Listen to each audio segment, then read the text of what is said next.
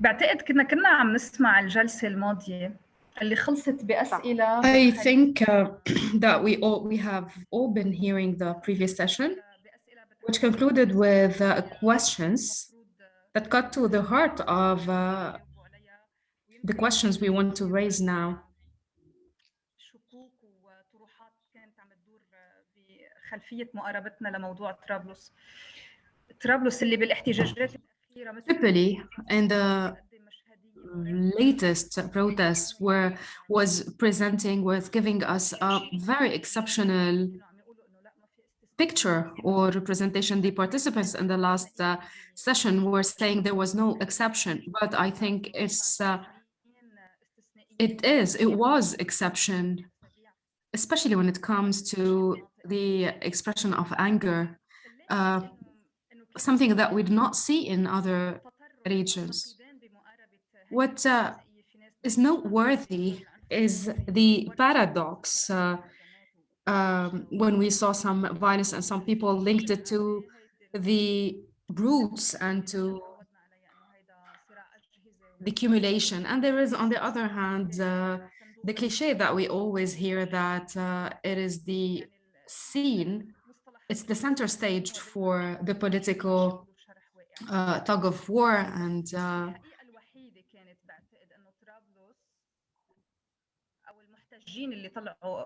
clashes. But what is a fact is that the protesters were all the poor. So maybe poverty is the one fact that we can start from in order to understand what happened. Jana, a city journalist, Samer Hajjar is a researcher and a university instructor. Samer, you were saying Tripoli is an open city, politically and security-wise. Why? How do you analyze this exceptional nature of the city? Good evening, Darine. Good evening, everyone. Exceptional? Yes, it is exceptional in all sorts and all forms. And let me answer your question. Is it a city? Is it an open city politically and security-wise? But let me draw the right context for the last protest. Let's talk about pre, during, and post-protest. Before the protest, in the last 11 years, we had a very important period, 2011, 2013, which had seen many battles in Tripoli, leading to the destruction, to the collapse of the economy in Tripoli. Everyone was leaving Tripoli. Investors, people, it was a dread zone. No tourists would go to tourism. More importantly, the city was militarized. The sports stadium in Tripoli, you no longer see them as sports stadium or compound. You see military barracks. If you go and visit those schools that were built in Bibit and the surrounding areas to address the issue of school dropouts, you will find military barracks. So Tripoli has become a militarized city, and all the inhabitants, many of the activists have been led to be implicated in fabricated security issues. So Tripoli and the situation in Tripoli is known to all throughout the years. And then 2019, with the unprecedented crisis, things exacerbated. In the recent protests, I stopped at two things. The children, look at the demography, age groups. And I tried to read into this. Why those young people are participating in these protests and with violence. Most of them participated in 2019 and 2020 protests, and they said, we want a just civil democratic state, but nothing happened. Yes, they expressed themselves through riots and violence, and I don't justify, but these are people who have no one to look after them. These are people who are seeing the highest percentage of dropouts, school dropouts, and unemployment in the whole of Lebanon. These are people who have relatives illegally migrating by sea to Turkey or to other countries. Thousands of young men in Tripoli are addicts now. They abuse drugs in front of children. So if we look at all this social explosion and the economic situation, it only makes it understandable for me what happened, and what is more logical, what happened after the protests. The political class, the political people uh, bring like 21 suits before the military court to try civilians on charges of terrorism. Why? Because a young man had thrown a stone. Have you considered the sentence that those people would be given? It might be capital punishment, and they include underage. So this is how the state is dealing with those people. There is a very weird and exceptional political. Who is the political class? Can you tell me who's the political class? It's all the movements, on top of which a prime minister twice, who's on a famous TV interview, says, I am doing my job. I am doing what I can. I'm distributing the food rations and relief aid. So that sums up the political class. We have a failing political class. What happened in summary is only accepted and understandable because we have a state that does not look after the citizens in Tripoli. Tripoli, to wit, is a military barrack. There is no economy. All private sector enterprises have closed down in Tripoli. From summer 2019 till summer 2020, 250 economic enterprises have closed down in Tripoli in one street, Azmi and Mullah. And Tripoli, against this backdrop, yes, it's only understandable that to see what happened in Tripoli. I believe what happened is just a mere rehearsal for what is to come. Tripoli is an exception, yes.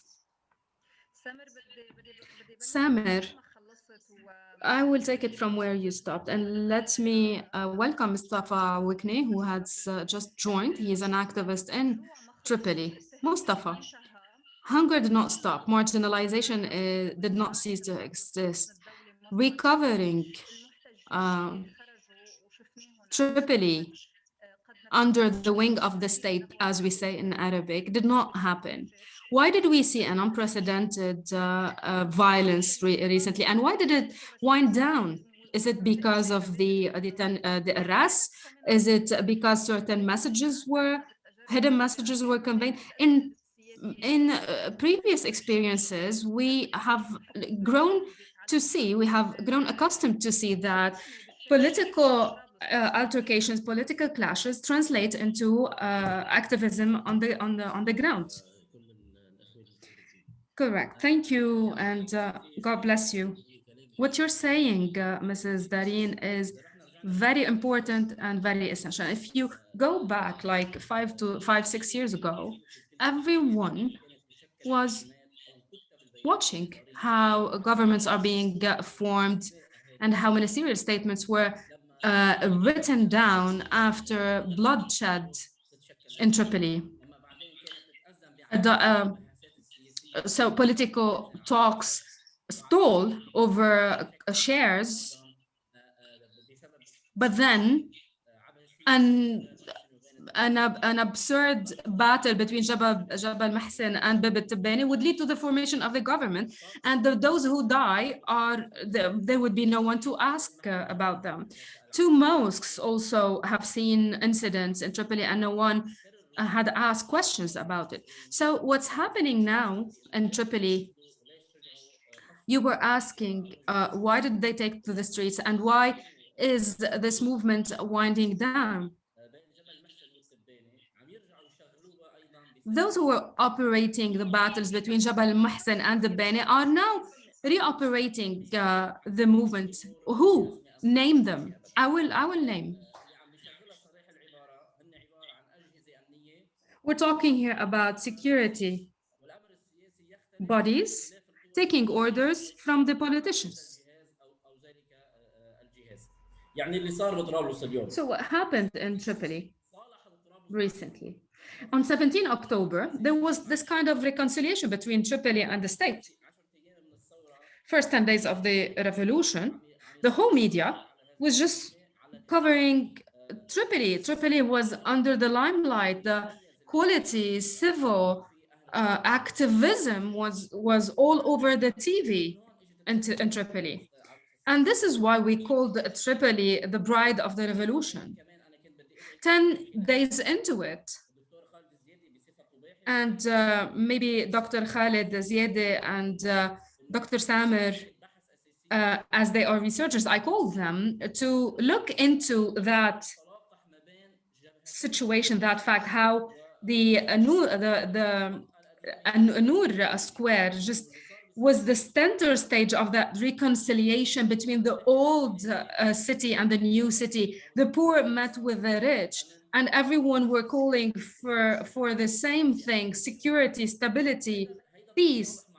So that reconciliation with the state and that coalition and solidarity and cohesion between the different factions and the segments of the society would not appeal to the warring political parties in the state. So this is how we had started to see exploitation of the revolutions. 10 days into it, we saw how security bodies taking orders from different political parties, they started to stand infiltrators,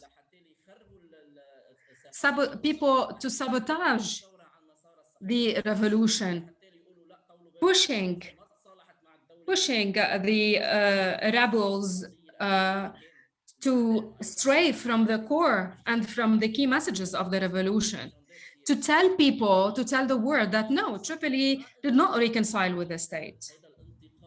So the state and the state representatives did not accept the fact that Tripoli and the people of Tripoli have transformed and are more accepted. And this is what we have seen in setting fire into the municipality building and the spiritual court.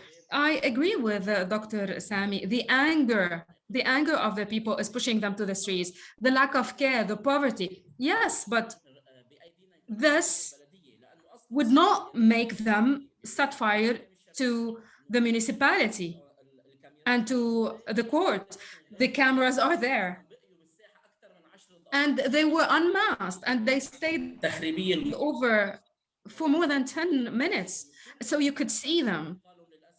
But unfortunately, everyone who was arrested later on were not part of those sabotagers and vandalizers. So how on earth are we arresting the civil protesters and leaving the vandalizers at large, while we saw blood being let? 24 detainees are now being tried for terrorism. And also that takes us to another issue, that is the military court and how it deals with the file, with the issue of Tripoli. It's like reinforcing that idea that is the vision of the new generation to things. And Dr. Khalid Ziede was so right on what he mentioned. He was trying to be positive, and he was shedding light on the role of Tripoli in building the Great Lebanon. Today, we have a new generation that is growing up to this idea that Tripoli is left by the state. Tripoli does not want the state. We need to pay special attention to this by the central government, because that might lead us to other options that unfortunately are now acceptable in Tripoli. If you conduct a survey in Tripoli, if you ask the question, under the current circumstances and under the current suffering, do you want Lebanon or not? The first answer you would get me any other nationality, and I would leave immediately. People are denying their identity, and this is scary. It gives us scary indicators for the future, scary prospects for the future. Where are we heading? The security plan, the security strategy at the time of the Mamslam mandate. After that, there were discussions as to how we can reconcile Tripoli and the state, because at the time there was this propaganda to circulate the idea that Tripoli doesn't want state institutions, the army, the internal security forces. So a solution was proposed: recruit more than 2,000 young men and women from popular areas like Ibbe, Mankubin, those areas that were so damaged by the battles between Jabal Mahsen and Tibani. By recruiting those into the state institutions, we would have achieved more than one objective. First, we would restore and repair that relationship with the state, on the one hand. And second, we would buy in the loyalty of 2,000 families, and we would be pumping into those popular areas like 200 or 300 million in Lebanese pounds in the form of salaries to those recruits. Also, the indirect positive impact on their families, like social security, social safety, a kind of economic stability, etc. Unfortunately, when the proposal was submitted to the Minister of Interior at the time, and the government did approve this proposal, and look at the joke, so to speak, only 22 or 32 persons from the whole of Tripoli were recruited into the state institutions. So just to give you an idea as how the state dealt with Tripoli. Mustafa, back to the idea of protest. Jana, I want to listen to you. I know you are on the ground most of the time, and you were covering many of the crises, many of the ramifications, many of the implications of the protests. Some would say we are wronging the protesters when we say they are the poor.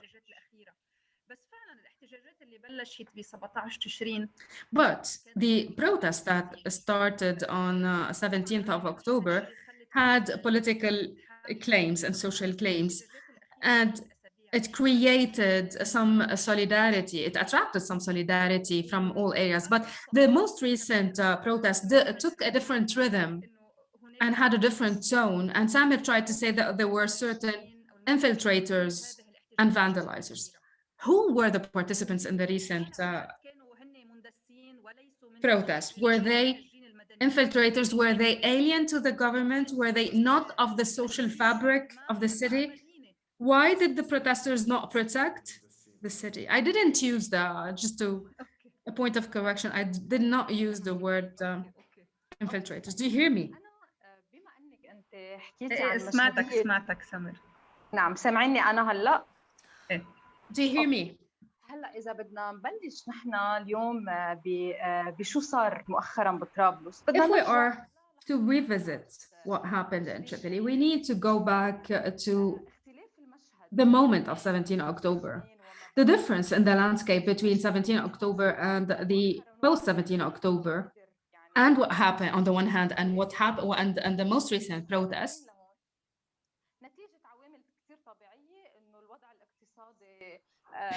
The results were so logical.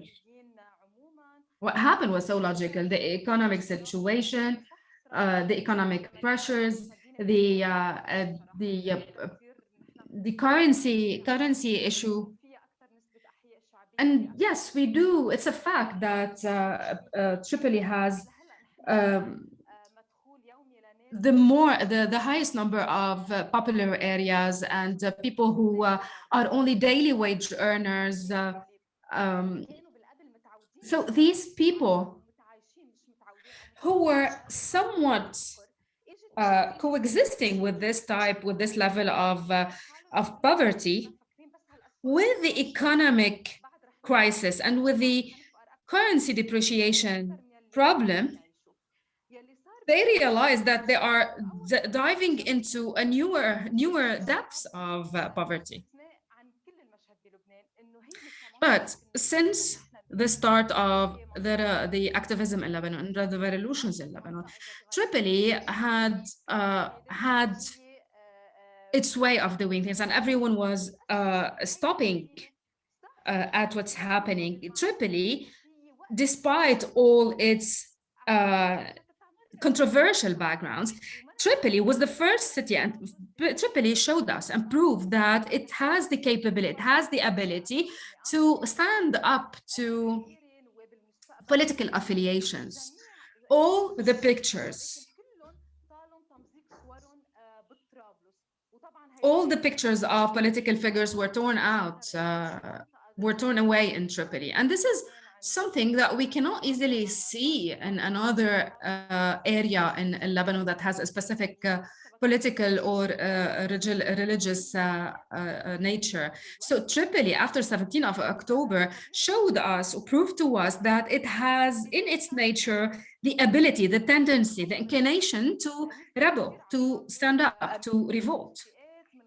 Many groups took to the streets in Tripoli, from Bab el-Ramel, from Debit Bene, and the civil society from everywhere. Civil society, lawyers, doctors, social actors, and activists. Also, men, women, all different age groups. So this picture, as a journalist being on the ground,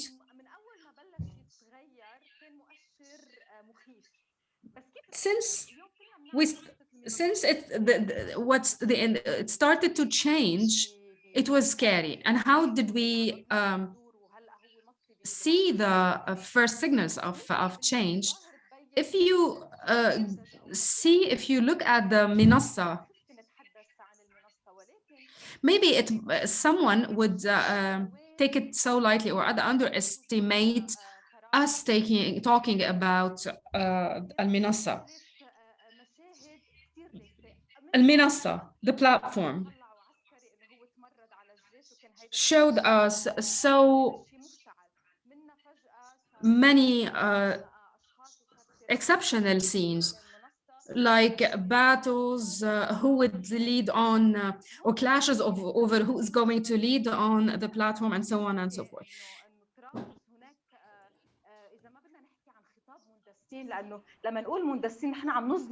If we're not going to say, if we are going to put aside the factor of vandalizers or infiltrators, there was some security manipulation inside Tripoli, and that appeared, that showed on some people who were so blunt in expressing their political allegiances or security allegiances. The first time that Tripoli had seen confrontations, it was in Bedawi. It was around October 17. Confrontations in Bedawi that replicates the battles between Tripoli and the LAF. After the security strategy had been implemented, we don't know why that every time there are incidents in Tripoli, the LAF is on the ground, unlike all other areas in Lebanon. So all of a sudden, we started to see the same scenario, the Tripoli facing the LAF, Tripoli killing the soldiers, so that sheds light on the political rhetoric that is being used, and trying to portray Tripoli as always on the defense. What was the rhetoric that the civil activists produced in order to address these charges? If there is a cause, true cause, and these are unjust charges, the problem is that there was no alternative. Samir and Mustafa both know in Tripoli, like any other city in Lebanon, we lack in the alternative. In Tripoli, there were many political tents, political debates, proposing new political discourse, but they were challenged, they were combated, they were defied. In Bibi Tibbani, they would portray them as the state delegate. I was doing a report in Bibi Tibbani. So they would mention to you the state delegate, Mandub al-Dawli. Who is that? He would be a person who has relations with state security, state institutions, or political parties. Some of the civilians in the tents in Sahat al-Nur, in the Nur Square, tried to propose a new discourse, but they were challenged, they were prosecuted. Also, the civil society, the largest part of the civil society in Tripoli or in any other part of Lebanon. So the majority who are proposing themselves as political alternatives are using the same old ways in terms of distributing aid, distributing medical support. It's like they're using these for political gains, for electoral gains. Samir, who's funding? Who's funding? قبل سامر انا يعني بخصوص التمويل اليوم هيدا خطاب concerning funding. اي شخص حامل معه تمويل هو يعني كثير صعب انت تكشفي. It's really difficult actually to identify the fund sources. If we to put funds aside, because Lebanon has a long fledgling history in terms of financing and funds. To answer your question, why would the civil society not answer these charges?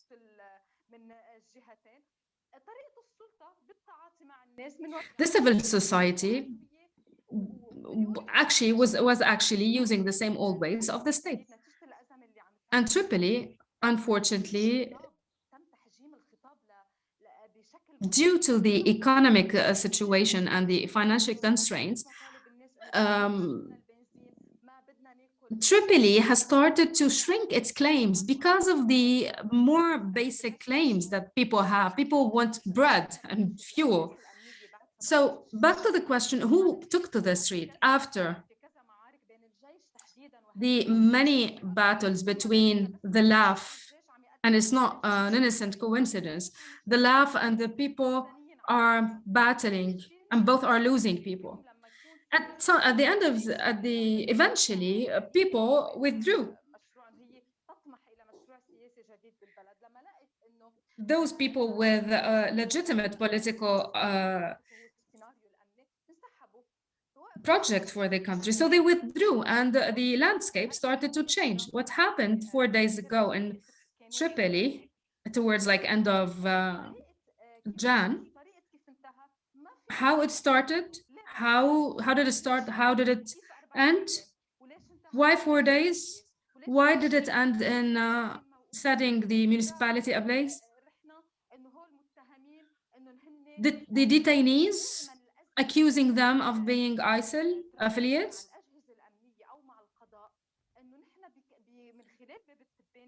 Through Bebe Tebene and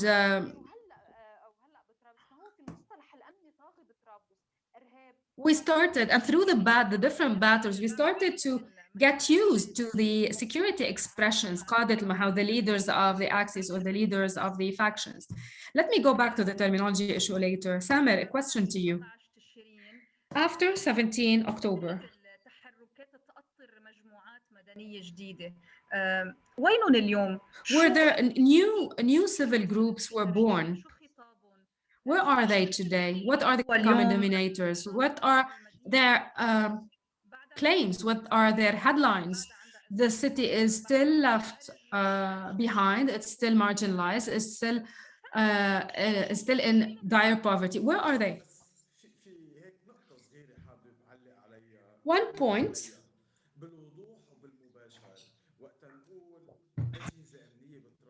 When we say security bodies in Tripoli, we mean political ruling.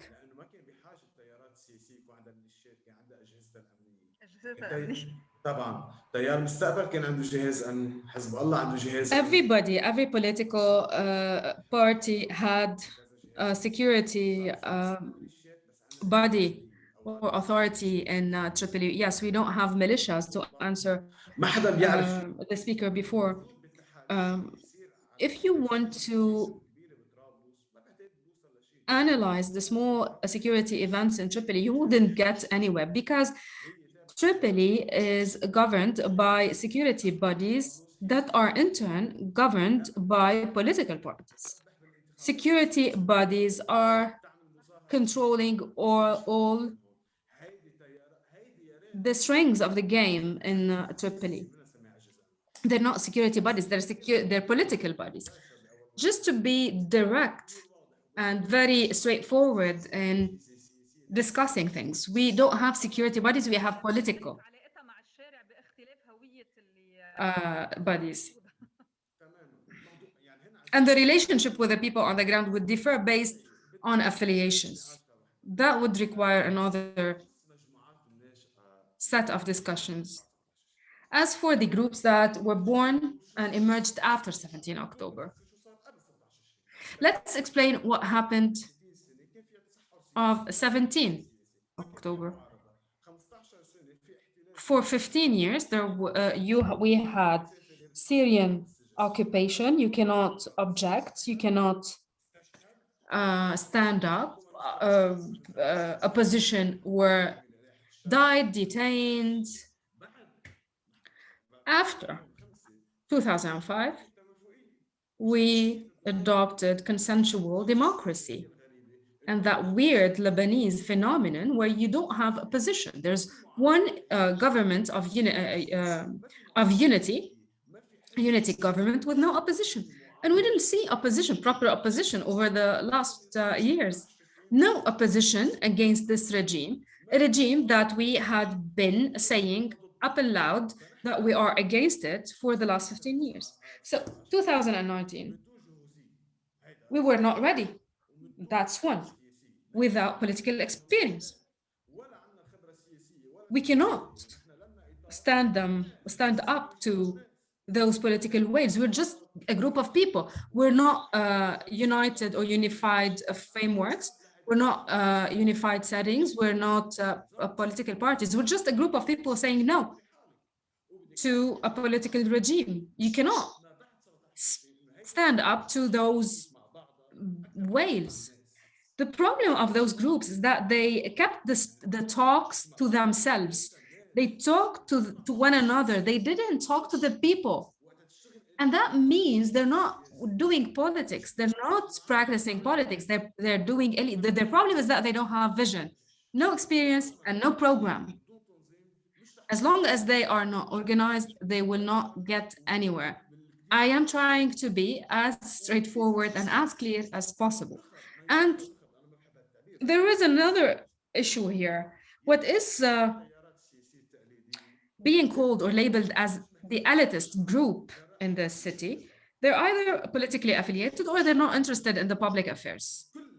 This does not mean that those groups cannot do anything. I am sure that after 17th of October, after that moment, that tender moment that was created after on 17 of October, that moment that created a dream that we're attached to. What we need to do is think realistically about frameworks, propose new thoughts, new ideas, and fight, but not in the same old and traditional ways. What are the new ways you're suggesting, Bassam? Now, those groups are trying to organize themselves, to organize their ranks, and that's good, but it might take some time. And we cannot expect them to be the solution or the alternative after 30 years of political desertification, so to speak. If I ask them,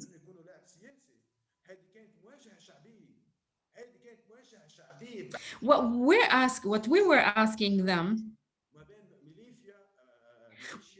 we needed them to be politically active, because what happened in 17th of October, that was a confrontation between the people and a group of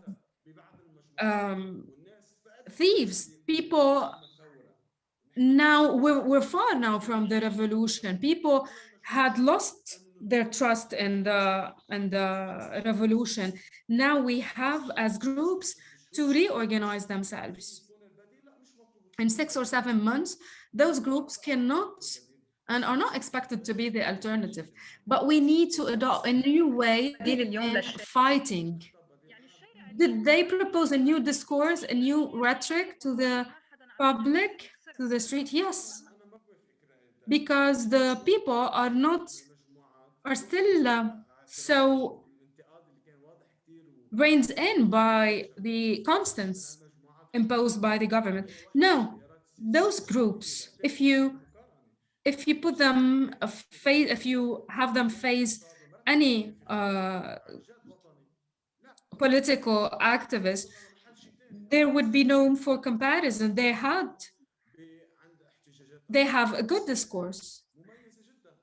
In the Tripoli protest, there were very brilliant statements that were issued with clear claims, clear demands, and the discourse was very straightforward.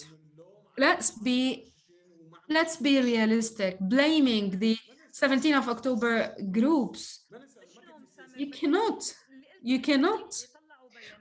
Samer, you're right. They issued very bold statements that attracted many good opinions. Maybe the problem is that there was some gap. Maybe they suffered a setback setback. The reality is that we're still stuck in the romance of 17th of October. We're using the same ways, just calling the people to take to the streets. We're using the same language to talk to the people. But also, more importantly, we're not talking to the people. When you don't talk to the people, you lose politically. Mustafa, What does the people want? To break their captivating relationship with the politicians in Tripoli. What do people want? And I believe both parties should answer the questions. The state institutions should answer it, and the people.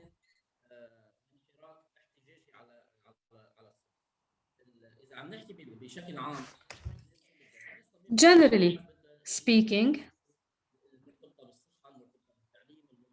people want their basic services, they want access to their basic services, health, education, job employment, job opportunities, employment, etc. But more importantly, what people want in Tripoli is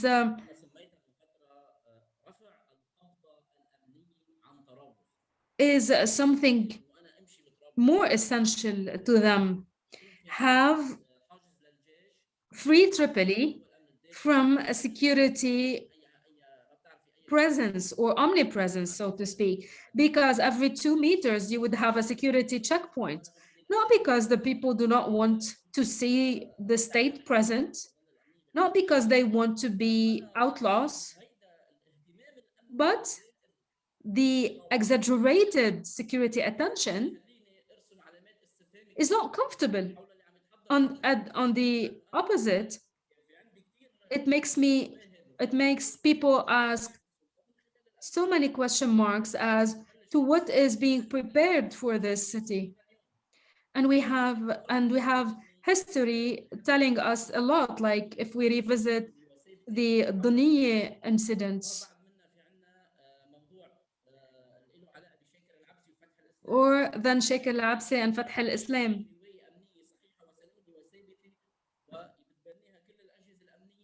So the history is filled with these security incidents. Back to Shakir al-Absi.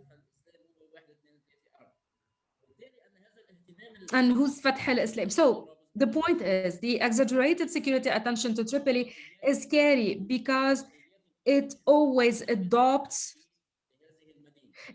leads us to dark hypotheses and assumptions. Something is being prepared for the city. And the moment you have something happening, you would have some weird deployments of people who are not part of the fabric of the society, and things would degenerate into violence.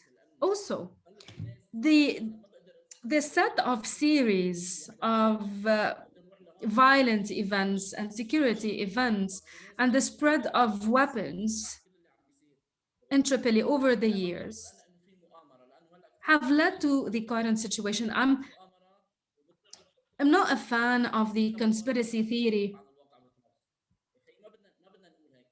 but putting this theory aside, there still are legitimate questions about what's happening. Why is Tripoli being treated the same way out of all the Lebanese cities? The question is legitimate, and no one is able to answer it.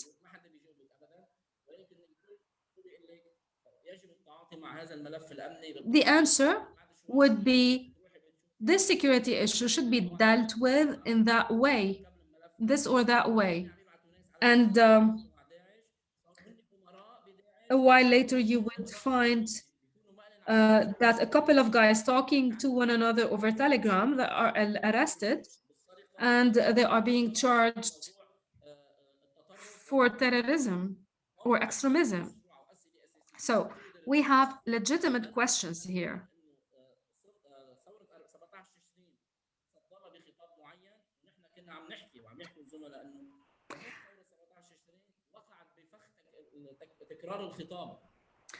So what discourse to adopt? Even the discourse that October 17 adopted was repetitive. Mustafa, let me stop you here because we have a lot of questions coming in. Khaldun al-Sharif is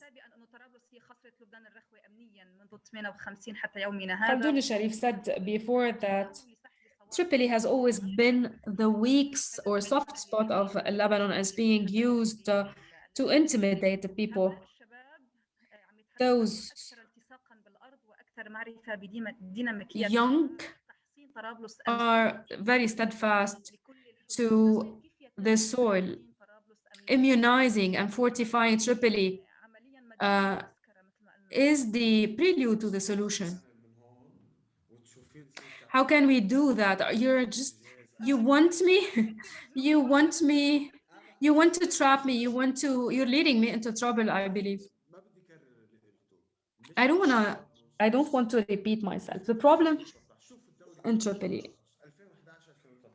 2011, 2013, look how the state looks at the city. Economy is destroyed. All enterprises closed down. The youth emigrated. What did the state do? Security strategy. The security agencies and the government devised a security strategy to be adopted after the battles had been over. So you destroy the city and then you create a security strategy rather than an economic strategy, because you cannot reconstruct Tripoli by sending people to jail.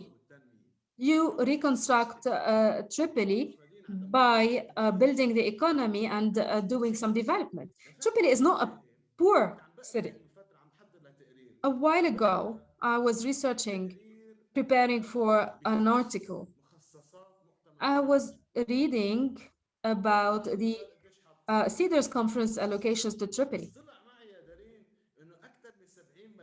More than 70 million US dollars were to be funneled to the sewage system, the sanitation systems in Tripoli. The city of Tripoli doesn't have sanitation, does not have sewage systems. You're talking about security for reinforcement.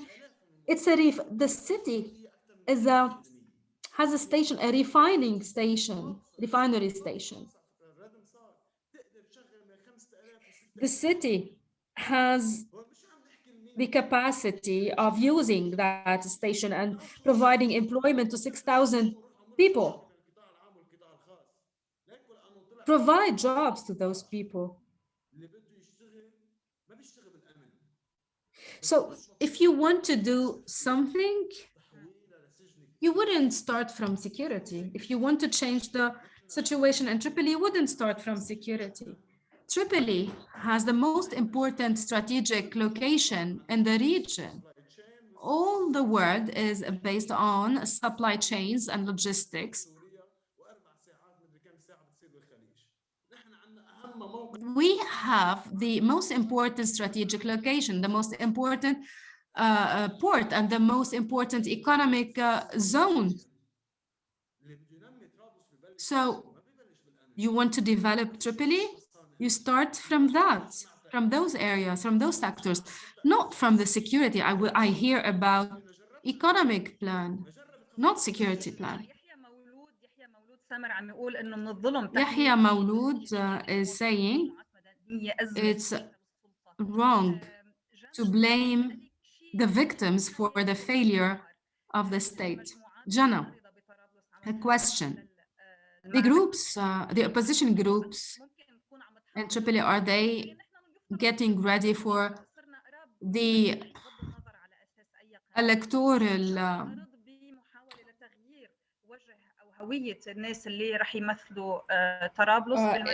the elections, like the secondary ones? We need to answer first, who are the civil groups. The second question is, what's the program? What are they doing on the ground? Based on my experience, I don't see any prospects here, because you might have candidates, people presenting themselves to the public scene, but we still cannot speak about a real force in Tripoli. If parliamentary elections are to happen in 2022, we can still not say that we are heading towards a political change. But that does not mean that the political landscape is not going to change in Tripoli. It changed actually since 2018. Even though Hariri and Miati reaped almost all the seats, we can't forget that Tripoli had seen the least percentage of turnout in those elections that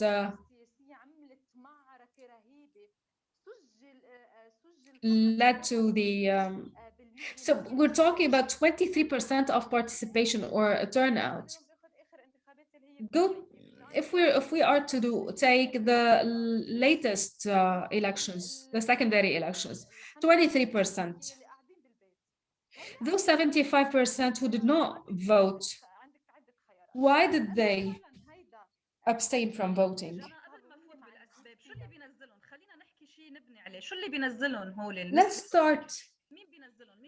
Let's look at this from a different angle. Who would motivate them to vote? That's what I was trying to say. Those did not vote either because they are desperate, or to vote they need to find an alternative.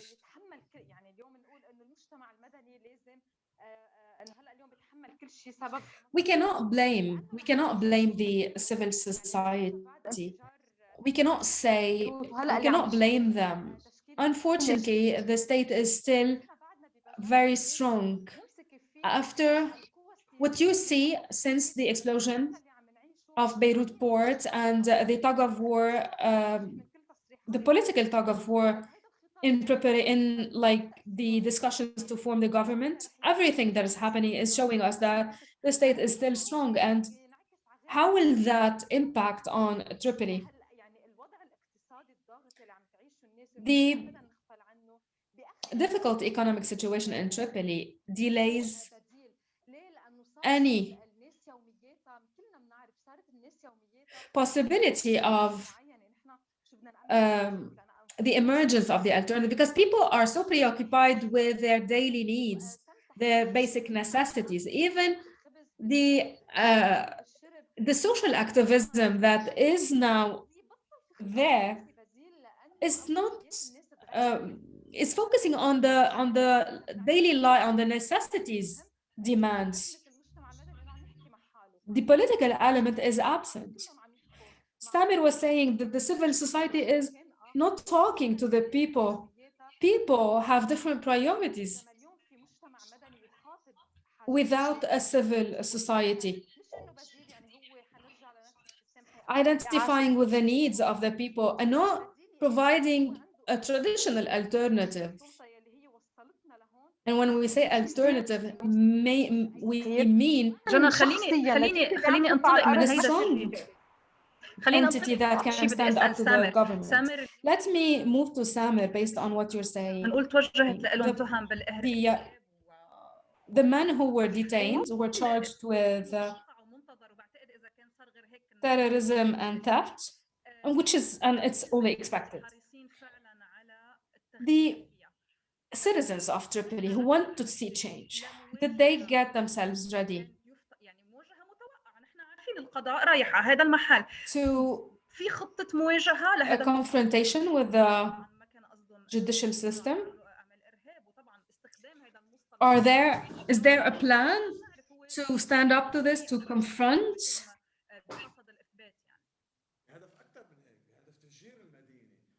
The goal is to have the city exploding.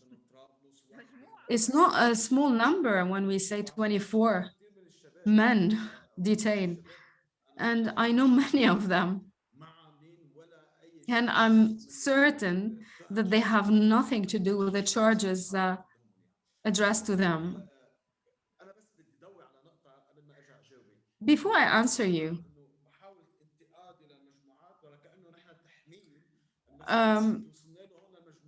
you might have interpreted or misinterpreted what I was saying, that I am blaming the civil society organizations. No, I'm proud to be part of this group, the group of the 17 October people. When I blame them for something, I would be blaming myself. It's only a matter of constructive criticism. Back to Tripoli. The decision or the goal is to explode, to have the Tripoli, to have the city exploded. We are facing two scenarios. The opposition in Tripoli is looking into a way to confront this decision. They are aware that the objective is not justice.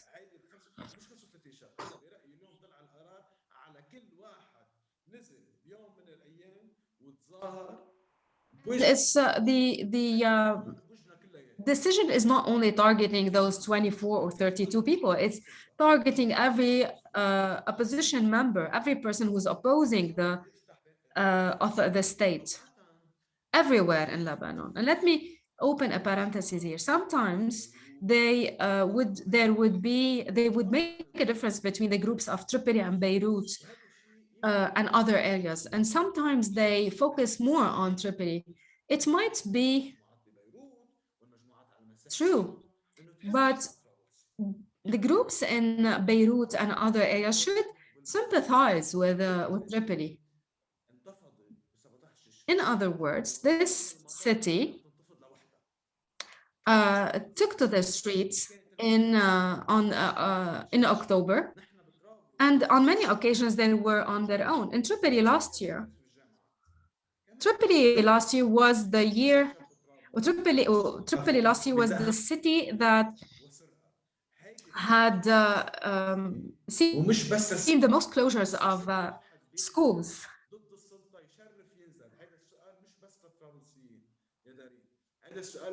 So the question, Darine, is not only to the people of Tripoli, is for all the people, because what's happening is another attempt to silence us and to take us back to the time of Rustam Ghazali. Yes, the people in Tripoli are trying their best, but they are shackled with the security situation. So there is so much that they can do. The groups and people in Beirut and Bekaa,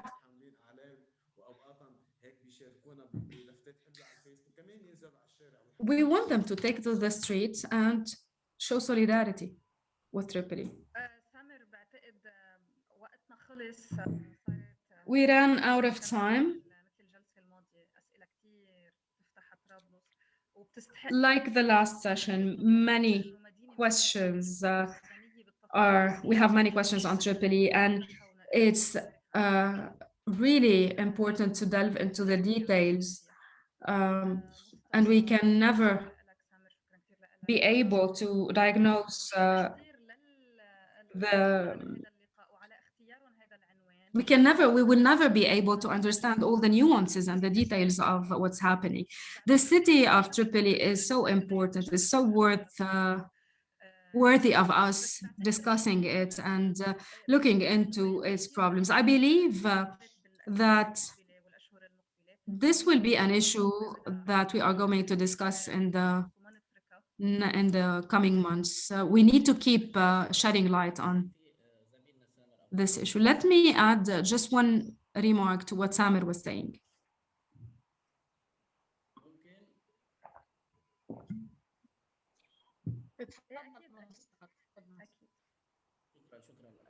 اللي كان عم يذكره سامر بموضوع انه طرابلس والحراك اللي فيها وتعامل Samir was talking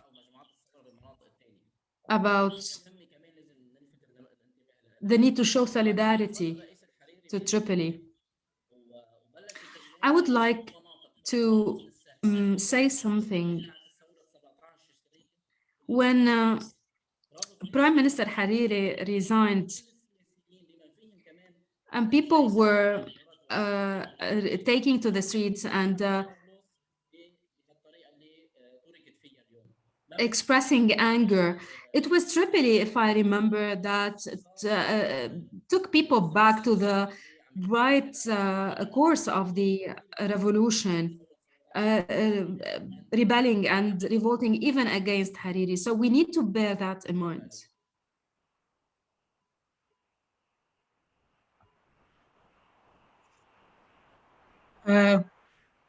طب وصلنا لآخر النقاش. إذا بتسمحوا لي We ran out of time, and